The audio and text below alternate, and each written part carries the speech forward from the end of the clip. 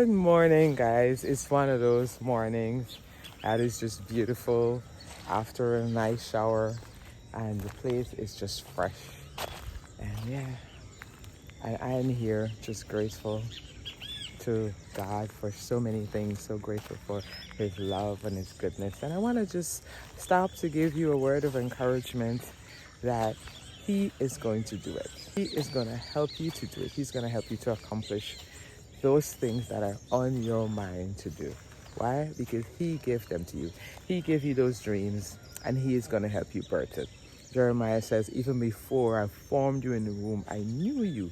So you were not an accident. You're something that God planned and then put into effect. Made sure that you were born in the right place and equipped with the things that you need in order to accomplish that purpose. Now, I also want to remind you that He doesn't just leave you out there. I was going through a little excerpt in 2 Kings chapter 3, where the king of Moab had rebelled against Israel, and he was no longer sending the tribute. And so the king of Israel decided that he was going to go up against him, and he got the king of Judah and Edom, and so they decided that they will go up and attack them from the wilderness of Edom. However, there they were traveling with these three kings and their armies for 7 days, and there was no water. And so they started wondering, are we going to be out here to die? But the king, Jehoshaphat, he decided, isn't there any prophet? Can we ask God? He remembered that when you were in dire circumstances, one of the first things you can do is ask God for His direction and His help. At that time, the Judah and Israel were not really following all the precepts, and the worship of God was not as common as it used to be there straight away. But here it is, somebody says, hey, you know what? Let's remember in the olden days, God used to help people. They can talk to Him and He would guide them and tell them what's going to happen. So let's do that. And so they sent for Elisha. And we all know Elisha was the servant of Elijah who took over, and he had a double portion. And Elisha came and he looked, spoke to God on their behalf, and God says, hey, in the morning, there's going to be water. And not only that, but you guys are going to go and be victorious. Now, the story went on that now early in the morning, as they were doing their morning sacrifice, it says that water just appeared from the ground, on the ground, and it was just coming up. And as the sun golden rays, reflected on it, it looked red. And so the enemy who was on their way to attack looked, and it seems as if there was just blood all over the place.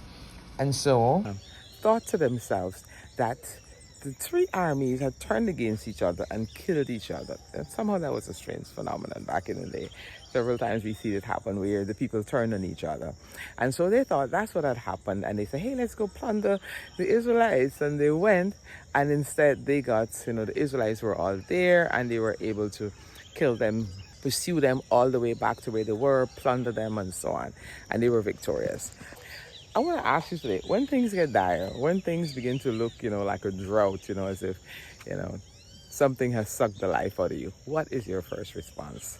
Is your first response to be panicking, oh my God, what is going to happen? Or is your response, you know what, let me ask God about this? To begin with, when we are going into any kind of situation and decisions and so on, we are supposed to be going into that with God guidance. But if we end up in a situation and you realize that I had not asked God's guidance on this, I'm not sure what He thinks about this, then your first response should not be panic. Your first response should be talk to God, because He loves you. He loves you with an everlasting love, and He's there to guide. Now, these are not people who are worshiping every day. Most of us are here at His feet talking to Him on a regular basis. And even if you're not like these guys, He's still willing to come and guide you. The Bible says that when you come to Him, He will He will not cast you out. Once you turn and you come to Him, if you seek Him, you will find Him, He says. If you seek me with your whole heart.